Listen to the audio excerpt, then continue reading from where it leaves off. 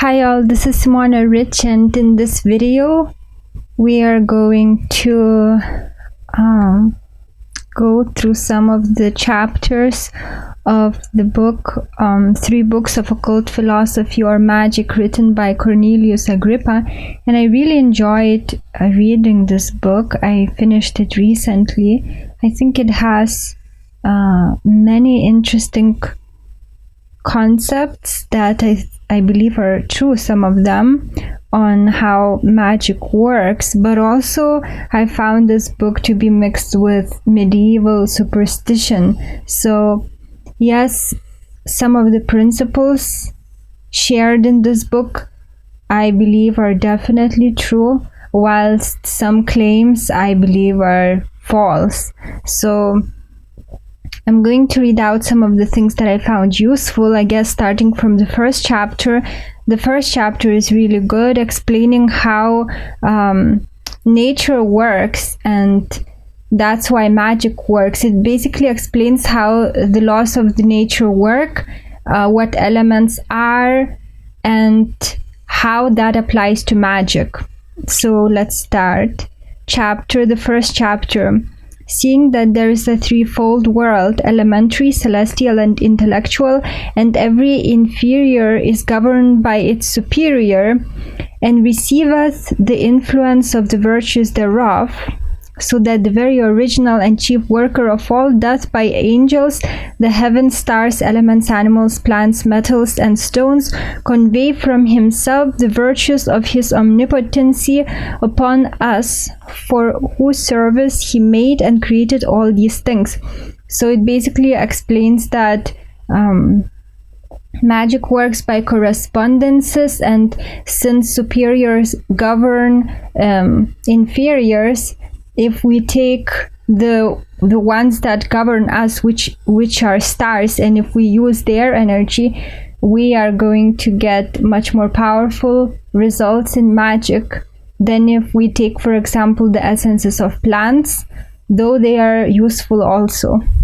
Wise men conceive it no way irrational that it should be possible for us to ascend by the same degrees through each world to the same very original world itself, the maker of all things and first cause, from whence all things are and proceed, and also to enjoy not only these virtues which are already in the more excellent kind of things, but also besides these to draw new virtues from above.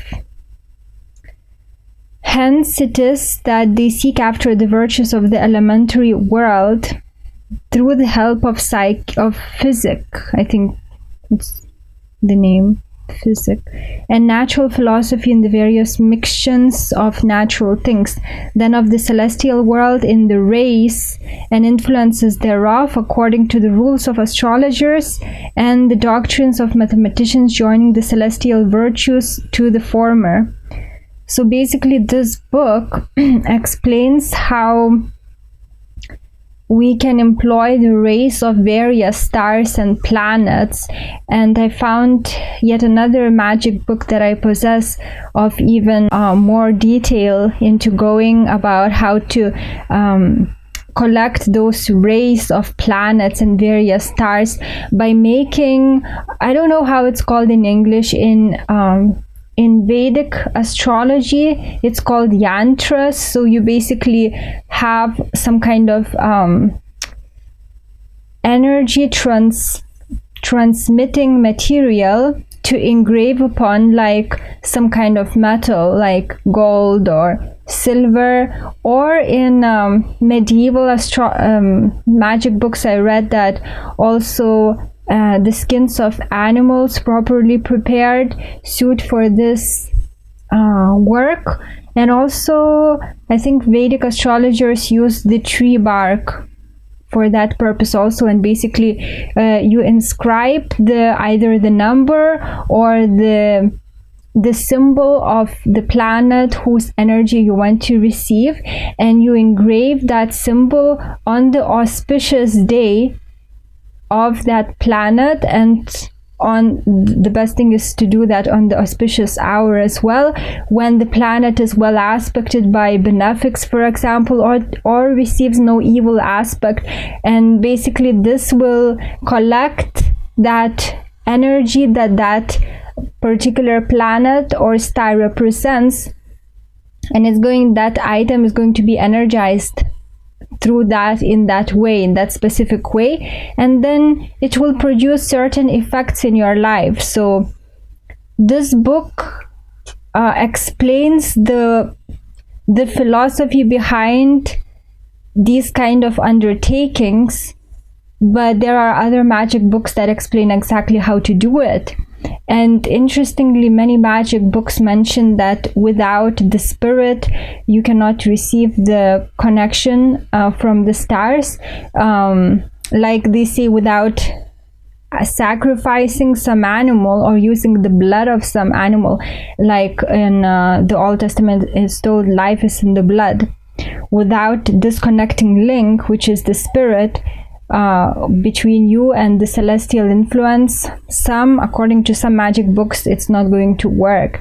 And I would never practice such magic, but I'm interested in these things because it allows me to understand how magic works. Because, people high up, they sacrifice animals and maybe even humans for their planetary magic to work, and there are many things going on as such in life. And if we are ignorant about how it works, well, then we can also be influenced by such magic. But if we are aware of how this magic works, then you are kind of aware what to look out for, so that you are not influenced by such things. So that's my primary reason of being interested in these matters, but also because I'm an astrologer. I'm a lifelong, I think that I'm going to study astrology for the rest of my life, and this is something that astrology is also employed for, because of the way that the benefits that you can receive from employing planetary magic. So I need to know all the aspects of astrology, and that's yet another reason why I'm interested in reading such works. So let's see what else I can quote from these few first chapters. Moreover, they ratify and confirm all these with the powers of diverse intelligences through the sacred ceremonies of religions. Basically, I think this is the book that explains, why ceremonies are important for magic to work, that they are representations of things of above in this plane. The order and process of all these I shall endeavor to deliver in these 3 books, whereof the first contains natural magic, the second celestial, and the third ceremonial. But I know not, the third book contains the ceremonial magic. But I know not whether it be an unpardonable presumption in me that I, a man of so little judgment and learning, should in my very youth so confidently set upon a business so difficult, so hard and intricate as this.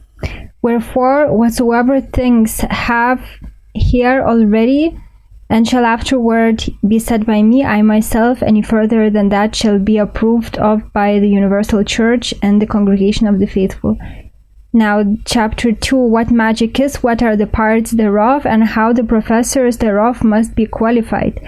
Magic is a faculty of wonderful virtue, full of most high mysteries, containing the most profound contemplation of most secret things, together with the nature, power, quality, substance, and virtues thereof, as also the knowledge of the whole nature, and it doth instruct us concerning the differing and agreement of things amongst themselves. So that's what basically this book explains.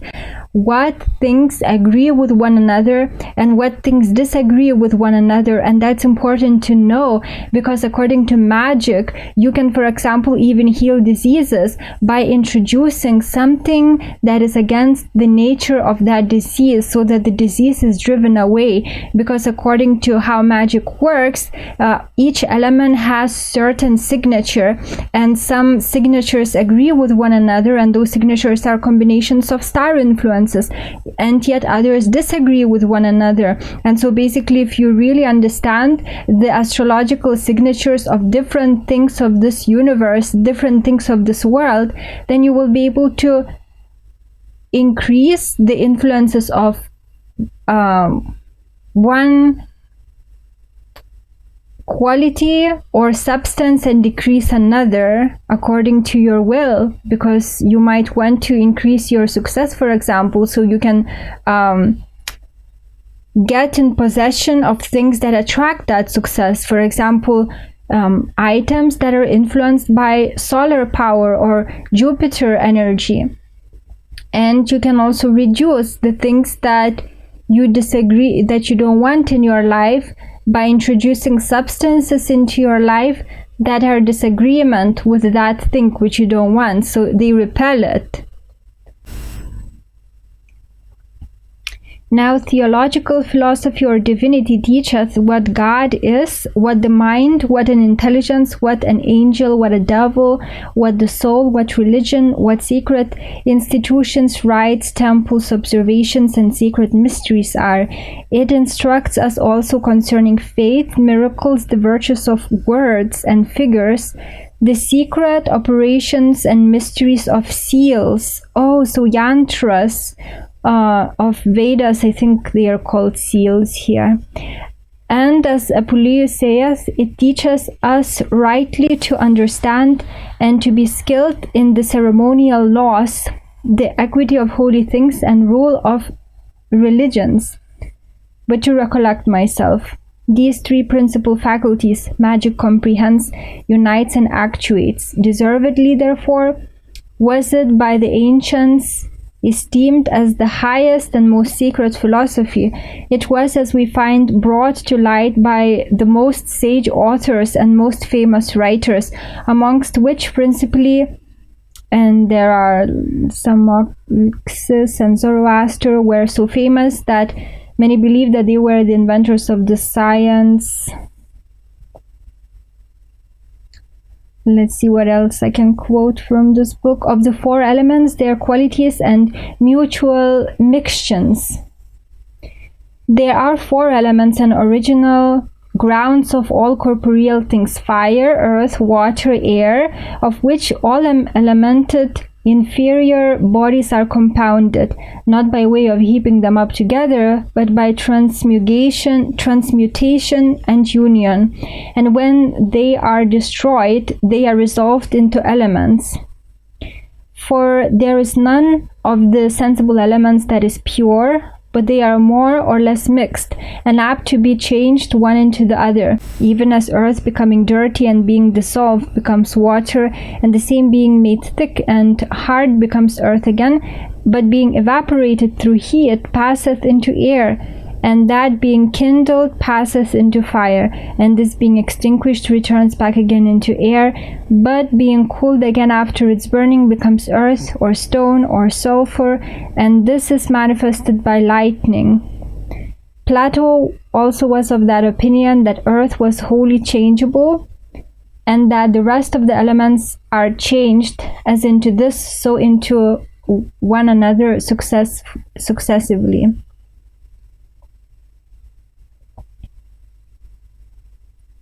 So basically here it explains the qualities of elements, how they interact with one another, and that is very important for us to have complete understanding of what those elements are and how they work together, so that we become proficient in magic. And it also, this book goes into great detail explaining what elements different kinds of substances stand for, what elements are, what plants, for example, certain plants will be more of the earth element and others more of the water element, and in general, like birds in general are air element, represent the air element, yet within birds, different species of birds represents different elements. So this book goes into great detail into explaining these kinds of matters, as well as different creatures of this world being ruled by different planets. So again, different planets will rule different herbs, different creatures, and even different types of people. And this book goes into detail in explaining how to recognize those creatures, listing some, and then explaining in general how to recognize different creatures ruled by different planets. And the same goes with astrology. In astrology, when you study astrology, you know that you can tell in many cases what planet rules what person because of the way that those people look.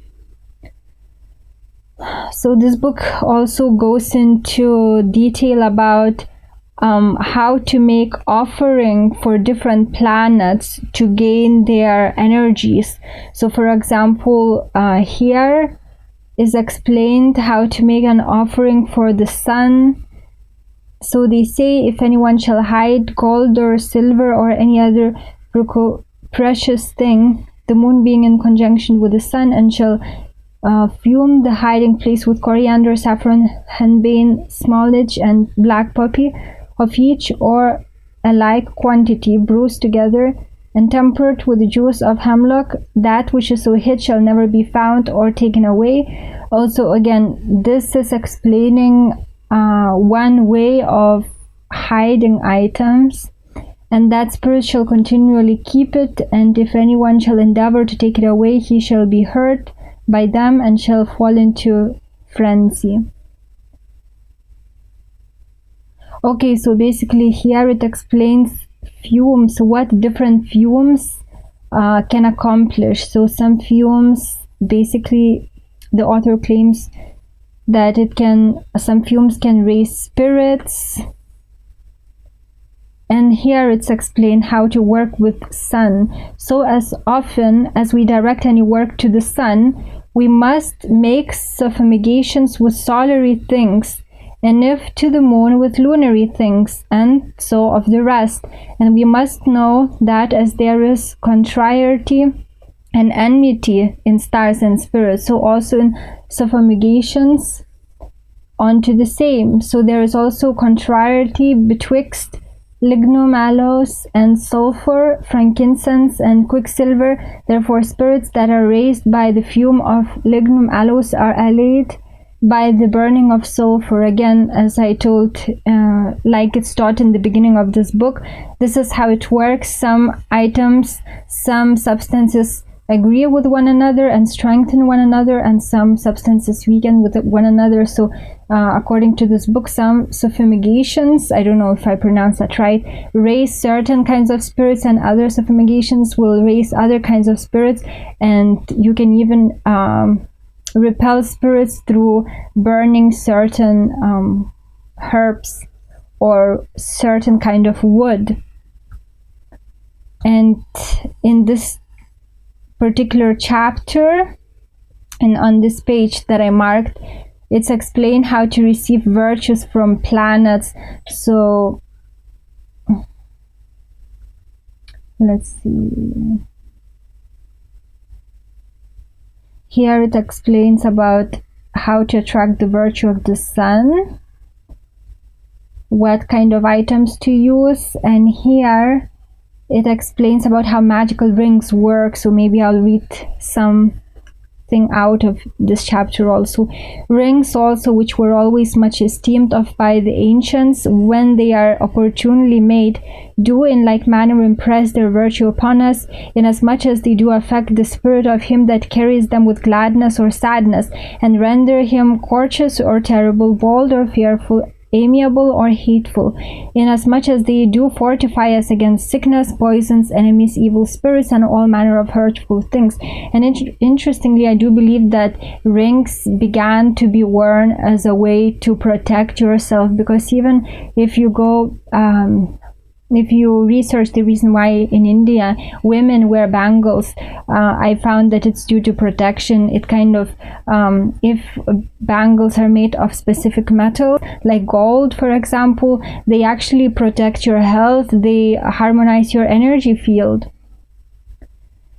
Continuing, or at least will not suffer us to be kept under them. Now the manner of making these kinds of magical rings is this, that is, when any star ascends, fortunately, with a fortunate aspect or conjunction of the moon, we must take a stone and herb that is under that star and make a ring of the metal that is suitable to the star, and in it fasten the stone, putting the herb or root under it, not omitting the inscriptions of images, names, and characters, as also the propers of fumigations. But we shall speak more of these in another place, where we shall treat of images and characters. So here it's explained how to receive planetary virtues through the use of making rings, and also including herbs under the ring. Oh yeah, it's good I saw that it's not mentioned here, but different stones will answer to different planets. So certain stones will have to be used in order to increase the energies of certain planets. So here it's explained how to do it, but then this book also goes into detail of how to make specific things for to receive specific virtues of different planets. And here it's interesting it's an interesting claim. So we read in Philostratus Chartus that a wise prince of the Indies bestowed 7 rings made after this manner, marked with the virtues and names of the 7 planets, to Apollonius, of which he wore every day of the week one thereof, distinguishing them in their order according to the names of the days, as is set forth by astrologers. That is Sunday, the ring marked with the virtues and inscribed with the name and seal of the sun, that planet which ruleth over Sunday, and from which the day taketh its name. Monday, the ring of the virtue, seal, and name of the moon.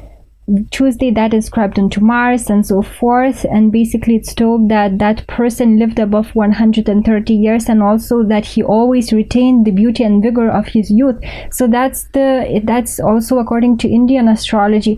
If your planet is afflicted in the chart, you can just wear the ring that you can do many things, but one of them is wearing the ring that whose stone agrees with that planet, and it's told that then it kind of appeases the planet and makes it work more harmoniously in your chart. And that's again connected also with palmistry, because different fingers are ruled by different planets, so you have to also know on which finger to wear a specific ring dedicated to that particular planet.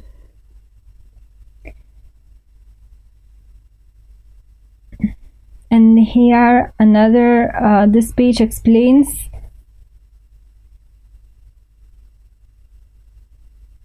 let's see, maybe it's not this page. Oh yeah, basically here it's explained different places that are ruled by different planets. So planets rule different kinds of people, different kinds of animals, and different planets also rule different kinds of places. Like halls of education, spacious places are ruled by Jupiter. Dark places with stagnant water are ruled by Saturn. Places of learning can also be ruled by Mercury. Places of trading are ruled by Mercury. Venus rules, according to this book, pleasant fountains, green meadows, flourishing gardens, garnished beds, stews, and according to Orpheus, the sea, the seashore. Probably now the sea, the ruler of the sea is Neptune more than Venus. And this book also talks about the virtues of light, which is very interesting. It tells that the reason why in all kinds of religions like Catholicism, lights have to be lit before any ceremony. It's an old magic thing. It's basically, before doing anything magical, you have to put some light on, because it's told that light will prevent evil spirits from coming to disturb you. And it also explains different effects of different colors. All colors as black, lucid, earthy, leaden, or brown have relation to Saturn. Sapphire and airy colors, and those which are always green, clear purple, darkish golden, and mixed with silver belong to Jupiter. In Vedic astrology, yellow is ruled by Jupiter, I believe. Red colors and burning, fiery, flaming, violet, purple, bloody, and iron colors resemble Mars, and so forth. And also it's told that the signs of the zodiac, as well as the houses of heaven, astrological houses, have different kinds of colors belonging to them. This book also has information about how to get rid of love enchantment. And interestingly, it has information about that sitting cross-legged actually is not recommended when you're doing something important, because it kind of neutralizes what you're doing, because it's kind of like a sign of contradiction, and it can block what you're doing. So that's very interesting. Sitting cross-legged is not recommended when you're doing something important. And it also explains, this book goes into detail explaining about what gestures increase planetary influences. So planetary influences can be increased in so many ways, with different kinds of mantras, with different inscription seals, and with colors, and being active on days ruled by those specific planets. And also even gestures increase the influences of certain planets. And also having things ruled by different planets will increase their influence in your life. If you have an abundance of black clothes, you're increasing the restrictive influence of Saturn, for example, and people love wearing black. And here it's explained how people ruled by different planets look.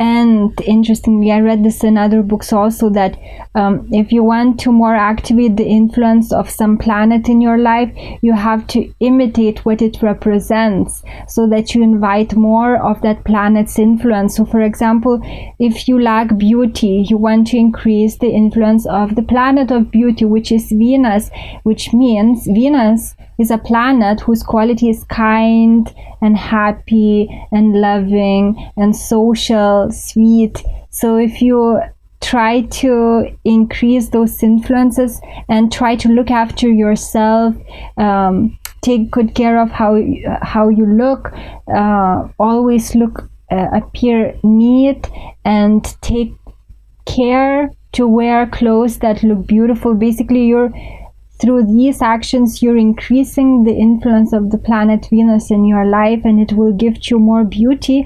And Venus also gives you wealth, liquid cash, liquid wealth, and it also gives greater vitality. So you can do so for every planet. It depends on what you want to increase, what energy you want to increase.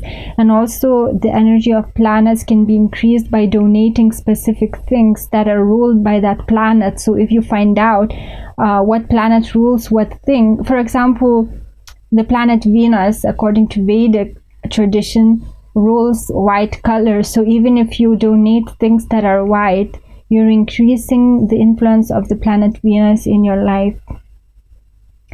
And here it explains how auguries work, certain things that you can look for to see whether your dreams will manifest, and so forth. For example, when you have decided to do something, and then you go out and then you see something negative, like a crow sitting or something like this.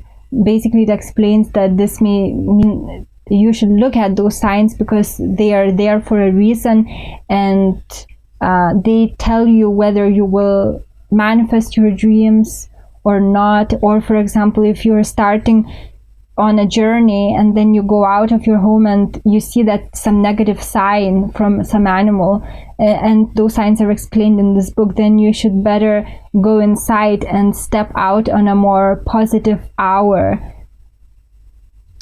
And here I marked some important auguries in this page. And auguries are also, you can tell what will happen not only by observing animals, but even what kind of people you meet. You can check what that mean according to how they behave and how they look. So for example, if you have planned your journey and now the day came and you stepped out and you meet some person who is very sad and so forth, that's not a good sign. The first person that you meet on your journey is like looking not well. That might be a sign that it's not a good time to step out of your home to start your journey. And this I quoted in social media, on my social media. The signs of when your dreams are most likely to be prophetic. And here I marked the page about how to obtain sought for qualities and occupations. It also explains that you have to have faith in order to attract celestial gifts. Without faith, your magic may not work. And also the fact that if you live a life that is pure, that if you're pure in your mind, in your thoughts, then your magic is going to be so much more powerful, and even what you speak is going to come true more easily than people who don't live pure lives. And here is information about how to appeal to different kinds of planets, different names of planets and stars.